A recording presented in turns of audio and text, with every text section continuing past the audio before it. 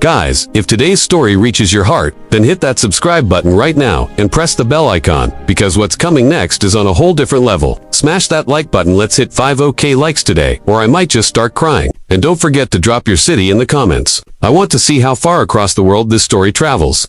The lantern flickered in the quiet stone-walled room, casting long shadows over the bride who stood trembling before the man fate had tied her to. Her breath caught half fear, half wonder as he stepped closer. The world outside was silent, the hour late, yet her heart pounded loud enough to drown the stillness. This was supposed to be her wedding night, but she had no idea who this man truly was, or why destiny had brought her into the arms of someone who carried both secrets and scars. And by the time she learned the truth, her life would never be the same again.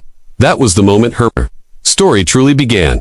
Chapter 1. The night wind whispered through the cracks of the old Highland Inn, carrying the scent of heather and rain. Elora stood by the narrow window, watching the moonlight spill across the endless fields, trying to steady her own shaking hands. Hours earlier, she had been a woman with plans, with a future she thought she could predict. Hours earlier, she had been promised to someone else, someone safe, someone familiar. But fate, as always, had its own way of unthreading the tapestry. She tried so carefully to weave. She hadn't meant to cross paths with the man they called Rowan Mac, the one whispered about in taverns and battle camps. A man said to have survived more wars than anyone should. A man whose eyes held storms. But when the English troops ambushed her village road, hunting for rebels and traitors, Rowan had appeared like a shadow breaking from the trees. One look at her scared, alone, and he acted. He had pulled her onto his horse, shielded her with his own body, and vanished into the forest before anyone could take her. By the time dawn broke, the two of them had crossed the border into clan territory, where Rowan's name was both protection and danger. Whispers spread, a woman traveling alone with a warrior, a misunderstanding. Rumors sparked faster than fire on dry wind, and his clan elders, trying to preserve honor and avoid war, demanded an answer. The only answer, marriage. A binding, a union neither of them expected nor asked for. Now, Alara stood in her wedding dress, simple linen, trembling lace, feeling like she had stepped into a dream she hadn't chosen. Rowan stood across the room, tall, quiet, his broad shoulders still dusted with a day's journey. His long hair fell over his temples, and the shadows made his face look carved from stone. He wasn't frightening, but he was powerful, and power itself could be hard to understand. "You don't have to fear me," he said finally, voice deep and rough as the mountains. He stayed where he was, giving her space. "This marriage wasn't my wish, but I won't hurt you." Ilara swallowed. I know. But she didn't know. How could she? Her heart thudded painfully, torn between gratitude and confusion. This man had saved her life, yet now she was bound to him in a way no one could undo. He moved closer, slow, deliberate, not claiming her, not reaching for her, just stepping into the low amber glow of the lantern so she could see him clearly. There were scars on his jaw, faint lines of past battles. His eyes gray like a storm-heavy sky held something she didn't expect. Gentleness. "You should sit," he said quietly. "You're shaking." Alara did. On the edge of the small bed, she gathered her dress and pushed back her loose hair, trying to breathe. Rowan knelt on one knee, in front of her, not to claim her, but to be at eye level to ease her fear. "You were brave tonight," he murmured. "Most would have lost themselves in panic." "I did panic," she said, breathless. "You just didn't see it. I saw enough." His voice softened. "And I won't force you into anything tonight." Her eyes snapped to his. "Nothing, nothing," he promised, and she believed him. For the first time since the chaos began, a single thread of safety wound itself around her heart. She didn't know this man, but something deep within told her he spoke truth. The wedding night passed with quiet conversation instead of touch, with stories instead of demands. Rowan told her about his clan, his battles, the price of being a warrior. Alara shared the small joys of her life, her family's bakery, her love for sketching, the dreams she had tucked away since childhood, somewhere between his quiet laughter and the steadiness in his eyes. She felt something shift inside her, something terrifying, something hopeful. She wasn't falling for him. Not yet, but she was falling into trust.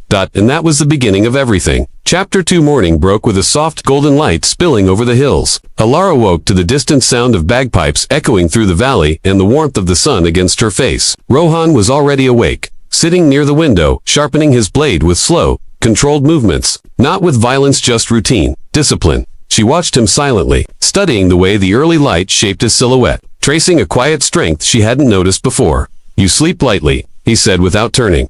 "You make enough noise to wake the mountains," she replied, surprising herself with the tease. Rowan paused, then chuckled, a deep sound that warmed something inside her chest. For a moment, the room didn't feel like a cage or a mistake. It felt alive, but the peace shattered quickly. A loud knock rattled the door. Rowan was on his feet instantly, blade in hand. Elara's breath hitched as he opened the door a crack. A young soldier from the clan stood there, breathless. "They found her," the boy said. The English, they know she's here. Ilara's stomach dropped. Rowan didn't hesitate. Pack what you can, he ordered her gently but firmly. We leave now. But your clan, they will protect themselves. My duty is you. Those words hit harder than she expected. They rode fast through the glen, Rowan keeping her shielded behind him. The air grew sharp with danger. Voices echoed through the trees. English soldiers closing in. Ilara clung to him, heart-pounding. When the soldiers finally cornered them on the edge of a cliff. Ilara felt fear swallow her whole, but Rowan didn't flinch. Do you want her? He roared. You'll go through me. 20 armed men, one warrior with a bride behind him. It shouldn't have been possible, but Rowan fought with a ferocity carved from years of survival. His body moved like fire, fast, precise, unforgiving. Ilara could only watch as he risked everything to protect her. Every step, every strike, every wound he took proving one thing. He didn't see her as a burden. He saw her as worth fighting for.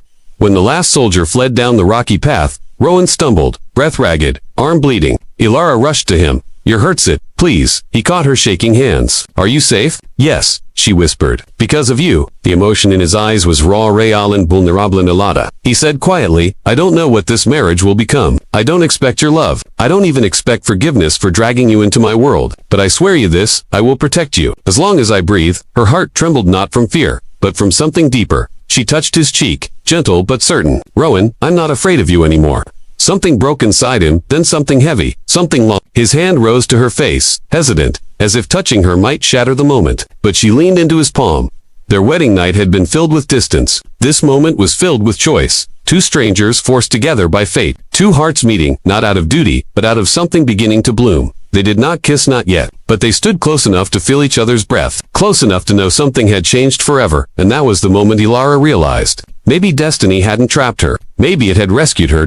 Maybe this was the beginning of a love story she never expected a wedding night to remember. Not because of fear, but because it was the night her heart found a path she never knew she needed.